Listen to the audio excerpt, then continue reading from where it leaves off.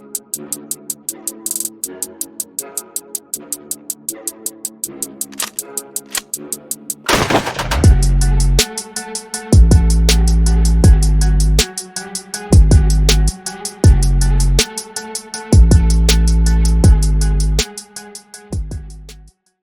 episode 1 of our leadership series, we left you with 2 challenges: finding a situation to lead and having an open door policy.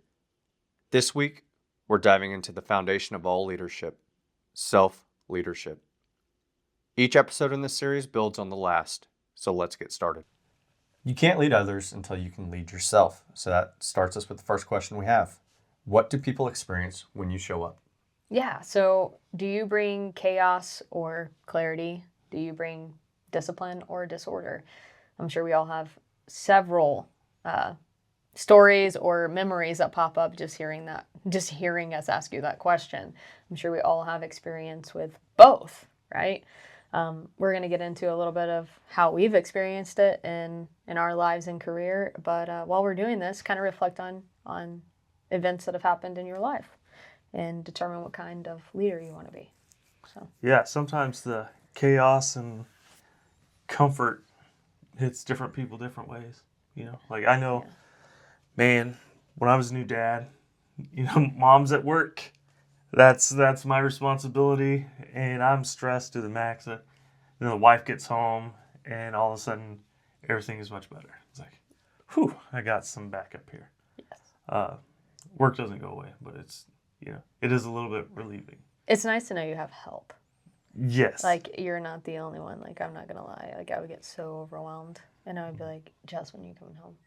Like, she's probably going to listen to this and be like, yeah, you still text me that. Like, when are you going to get home? Yeah. Mahjong nights for me are stressful. Yeah. But anyway, it's just that having someone that you can rely on and know that they know what they're doing.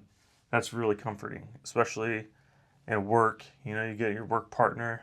It's really nice to know that you can trust them. When they show up, it's actually helpful.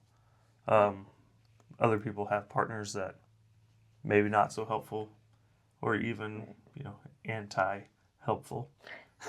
So that kind of goes over in our work environment. Now let's talk about the work environment as a corporate lifestyle or private sector, however you want to call it. Do you have that manager or coworker that shows up and they completely help you out?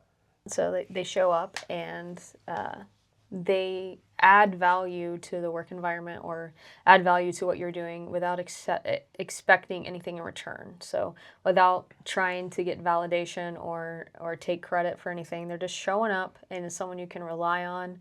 And it's not about anything but just being helpful, right? I think we've all been around people that they either bring something and you're relieved when they're there, or you have the person who even if they show up and they're helpful, but like after they're gone, it's just going to be a whole other set of issues because now they're going to need to have the attention, right? Or they're trying to be helpful and they unintentionally make things harder or more work on you. Right. Yeah. And so there's a whole bunch of different scenarios that I'm sure our listeners have been in, right? For people do things for a plethora of reasons, right? Us here, I know for a fact that when we do something, we're doing it because we truly just want to help people, right? That might not be the case for everyone. And honestly, I don't really care. I'm past that part in my life of caring why someone does something, right? The only person you can control is you. So that's why it's so important to be, you must lead yourself well first. Right? Yeah, and really leadership at its core is a supportive role, right? Funny you say core. Let's get into part 2. Okay, yeah. Yeah. So the 3 pillars we're going to discuss. First one, self-discipline. Showing up when work's hard and doing what needs to be done without applause. Oh, yeah. Do I do this because I want to feel important? Yeah, there's not a whole lot of applause going on in our line of work. Oh, no, unless it's Lady Gaga. Yeah. No, I'm just kidding. I'm just kidding. Had to give a plug there for my girl. No, it kind of just went into what we were talking about when I said, everyone can tell when someone's just showing up because it's for attention, right? You don't want to be that guy or girl. Like, Right. I mean, maybe you do. If you do, then you probably need to find a different podcast, probably like Puppet Masters or something. But this one ain't for you, right? But yeah, I mean, are you the person that shows up at the end of a project and wants to be included on the team and look at me, this is all the work that I put in. That's not being a leader. and that actually rolls into the second part of part 2, consistency. So your reputation and integrity is built on consistency, and you must lead yourself with consistency. But then you can't just show up here and there and expect guys or your team or your coworkers to respect you when you choose to do it, rather than when it needs to be done, when someone needs you, and honestly, even when it's inconvenient. There are plenty of times that my guys have gotten into something and it was absolutely not convenient for me. But Yeah. it doesn't matter. Like, it doesn't matter. And I think first you have to change your mindset and just know, like, whatever happens, I'm in it. I'm 100% in. So whatever needs to be done, I'm willing to do that. I think a lot of times people go to work or the office and they're like, if it's filled with dread, or they're hoping that it's a quiet day or whatever, it makes making sound decisions harder because you put too much self into it. Yeah, but if you answer those questions way before you start the work. Yes. Yeah, you harped on always do the most right thing. Yeah. That's pretty, what would Jesus do? It's like if you answer those questions before you even approach the problem, you just put your head down and trudge, push through it. Yeah. It's not difficult unless you're lacking discipline. Well, and then it already addresses it. So my guys know you will do the most right thing every time. I'll have your back 100%. It takes the guesswork out of it too. Yeah. It makes it easier to lead with clarity when you know, one, that's what you expect of yourself, and that is what is expected of you. So yeah, you nailed it on that one. It takes the guesswork out because it makes it simple. What's the most right thing? Yeah, draw your lines early.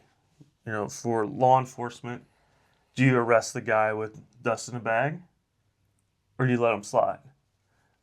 Once that decision is made, it needs to be constant. You can't be flip-flopping back and forth, because then now your consistency's gone. Consistency might be boring, but it builds your reputation and Speeds really, up your OODA loop too. Exactly. It does. It does, which we talk about basic operating system a lot. Yeah. But when you have your basic operating system and you know how you're going to handle things, and environment can change some stuff, but the basic principles of how you conduct yourself are the same every time, it makes it a lot quicker. Yeah. You talk about your basic operating system and consistency and self-discipline. What we need to also go into is now your emotional control.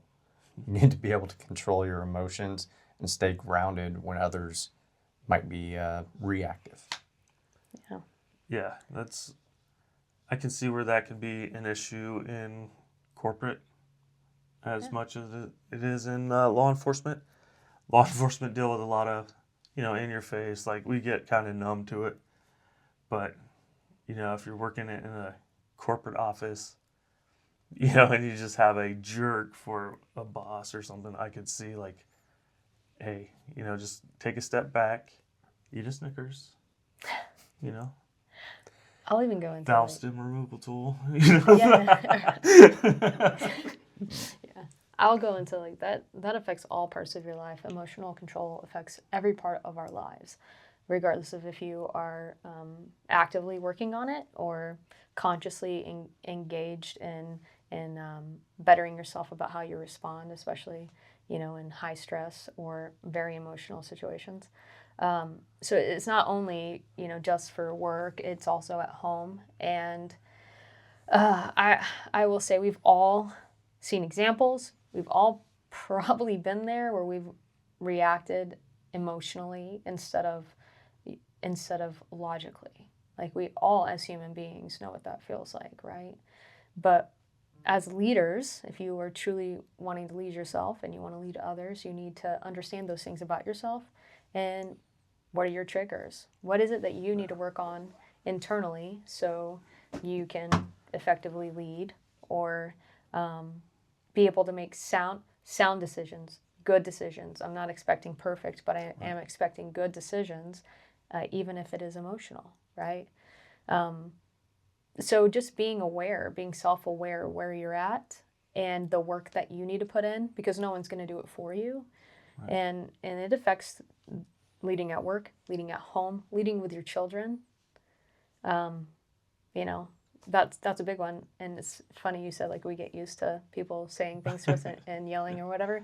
The other day, my boy was playing t-ball, and, well, he wasn't playing. He was not listening and running around, like, you know, being a little pain in the butt is what he's being.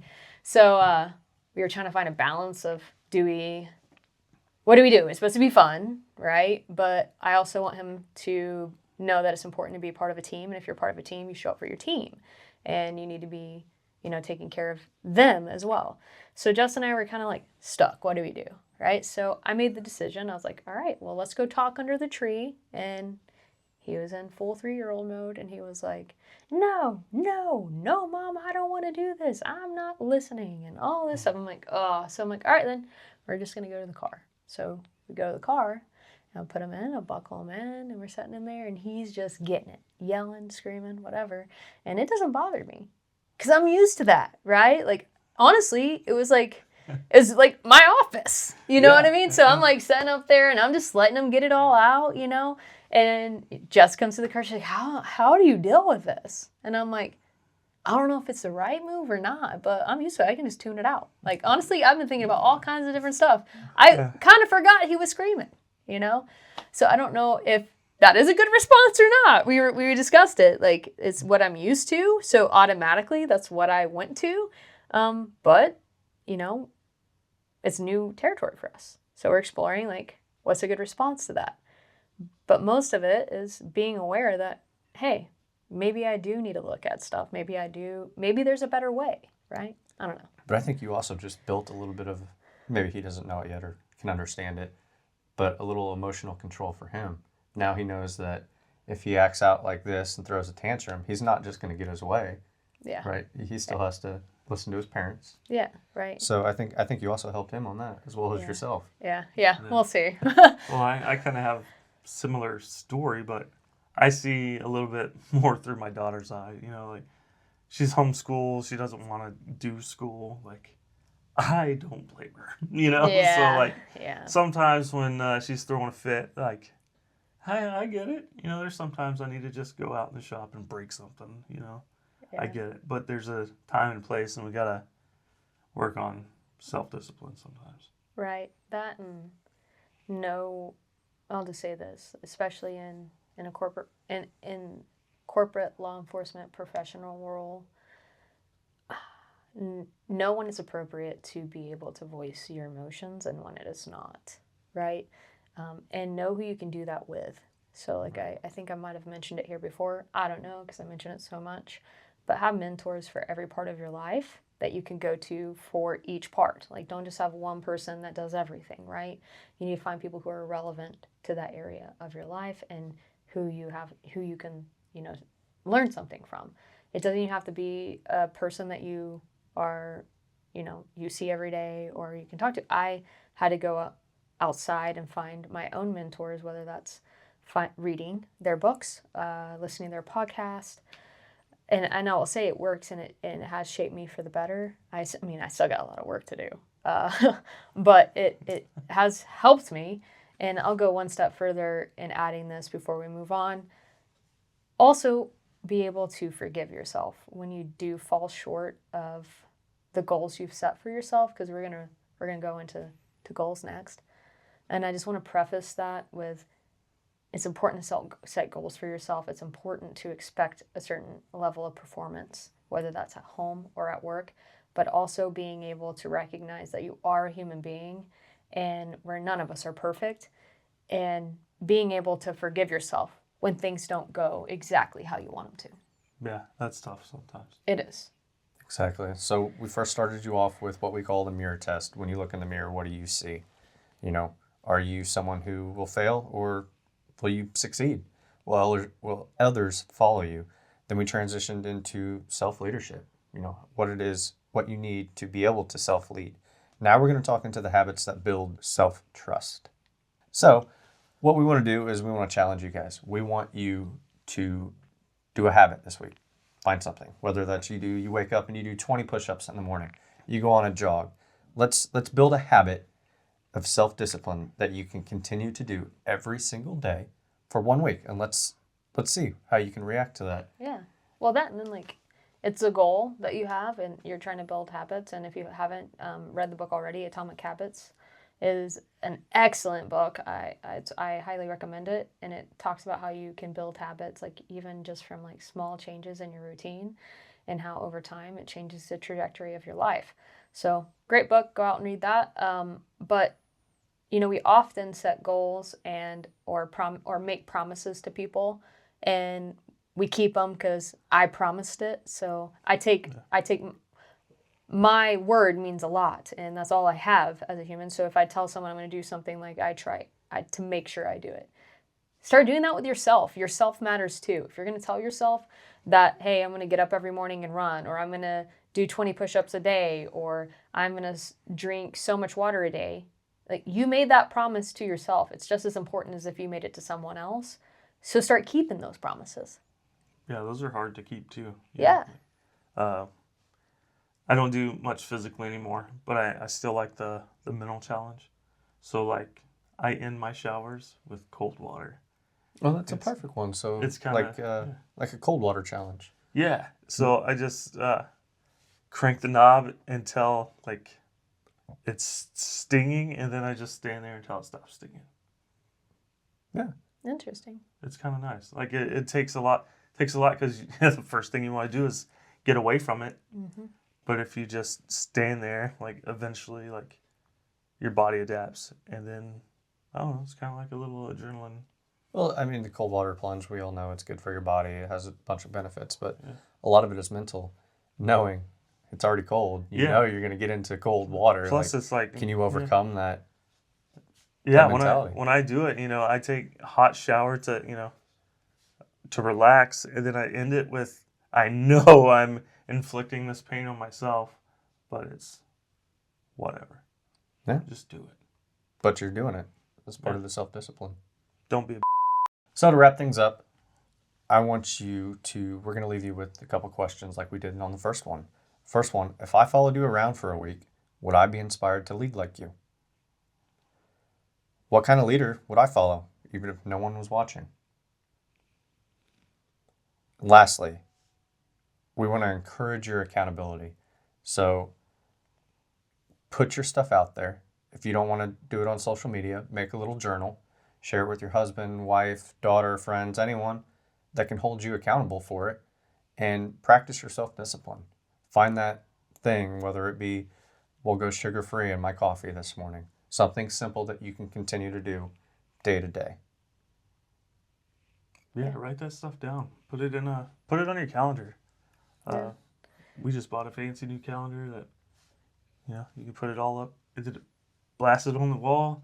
Once it's on the calendar, you have to do it, right? Yeah. So schedule stuff out. Yeah, and I highly recommend you take those questions and journal about them, because those are pretty deep questions. And if you're honest with yourself, it's gonna show you a lot of areas where you're lacking potentially, and areas you can improve, and you really need to lean into those. And most of the time, it's not comfortable. Trust me, a lot of the time it's not comfortable, and it'll suck.